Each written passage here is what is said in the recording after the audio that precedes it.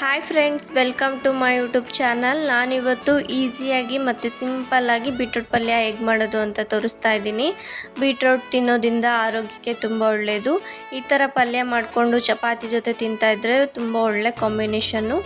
ಈಸಿಯಾಗೆ ಮನೇಲೆ 5 ನಿಮಿಷದಲ್ಲೇ ಮಾಡ್ಕೋಬೋದು.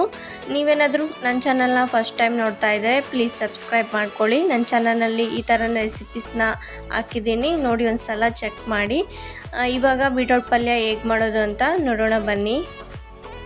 ಮಾಡೋದಕ್ಕೆ ಒಂದು ಕಡಾಯಿ ಇಟ್ಕೊಂಡಿದ್ದೀನಿ. ಕಡಾಯಿ ಕಾದ್ಮೇಲೆ ನಿಮಗೆ ಒಗ್ಗರಣೆಗೆ ಎಷ್ಟು ಬೇಕೋ ಅಷ್ಟು ಎಣ್ಣೆ ಹಾಕ್ಕೊಳ್ಳಿ.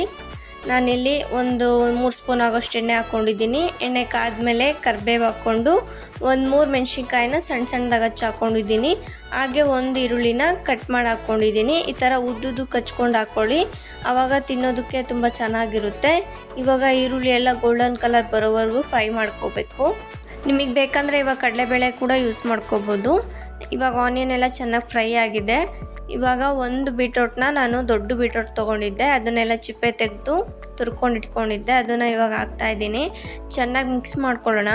ಹಂಗೆ ಸ್ವಲ್ಪ ಫ್ರೈ ಮಾಡ್ಕೋಬೇಕು. ಮೀಡಿಯಮ್ ಫ್ಲೇಮಲ್ಲೇ ಇಟ್ಕೊಂಡು ಸ್ವಲ್ಪ ಫ್ರೈ ಮಾಡ್ಕೊಳ್ಳಿ.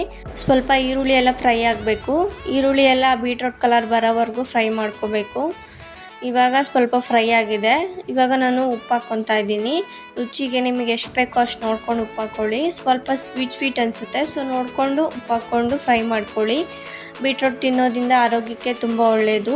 ನಿಮಗೆ ಜ್ಯೂಸ್ ಕುಡಿಯೋದಕ್ಕೆ ಇಷ್ಟ ಆಗಲಿಲ್ಲ ಅಂದರೆ ಈ ಥರ ಚಪಾತಿಗೆ ಕಾಂಬಿನೇಷನ್ ಆಗಿ ಬೀಟ್ರೂಟ್ ಪಲ್ಯ ಮಾಡ್ಕೊಂಡು ತಿನ್ಬೋದು. ಯಾರಿಗೆಲ್ಲ ಇಷ್ಟ ಇರಲ್ವೋ ಅವರು ಕೂಡ ಇಷ್ಟಪಟ್ಟು ತಿಂತಾರೆ. ಈಸಿಯಾಗಿ ಒಂದು 4 ಐಟಮ್ಸಲ್ಲೇ ಮಾಡಿಕೊಂಡು ತಿನ್ಬೋದು.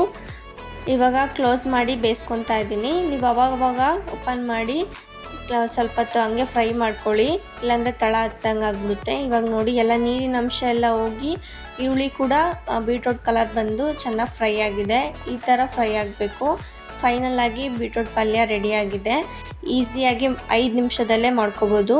ನೀವು ಇದನ್ನು ಚಪಾತಿ, ದೋಸೆ ಕೂಡ ತಿನ್ಬೋದು. ದೋಸೆಗೂ ಕೂಡ ಒಳ್ಳೆ ಕಾಂಬಿನೇಷನಾಗಿ ಚೆನ್ನಾಗಿರುತ್ತೆ. ಕೆಲವೊಬ್ಬರಿಗೆ ಬೀಟ್ರೂಟ್ ಅಂದರೆ ಇಷ್ಟ ಇರೋದಿಲ್ಲ, ಜ್ಯೂಸ್ ಕೂಡ ಕುಡಿಯೋದಿಲ್ಲ. ಅವರು ಈಸಿಯಾಗಿ ಈ ಥರ ಪಲ್ಯ ಮಾಡ್ಕೊಂಡು ತಿಂದರೆ ತುಂಬ ಇಷ್ಟಪಟ್ಟು ತಿಂತಾರೆ. ಚಪಾತಿ ಜೊತೆ ಒಳ್ಳೆ ಕಾಂಬಿನೇಷನ್ಸು. ನಿಮ್ಮ ಮನೇಲಿ ಒಂದ್ಸಲಿ ನೀವು ಟ್ರೈ ಮಾಡಿ, ನಿಮಗೂ ಕೂಡ ಇಷ್ಟ ಆಗುತ್ತೆ. ಇದೇ ಥರ ನನ್ನ ಚಾನಲಲ್ಲಿ ತುಂಬ ರೆಸಿಪೀಸ್ನ ಅಪ್ಲೋಡ್ ಮಾಡಿದ್ದೀನಿ, ಒಂದು ಸಲ ಹೋಗಿ ಚೆಕ್ ಮಾಡ್ಕೊಳ್ಳಿ. ಇಷ್ಟ ಆದರೆ ಲೈಕ್ ಮಾಡಿ ಮತ್ತು ಶೇರ್ ಮಾಡಿ.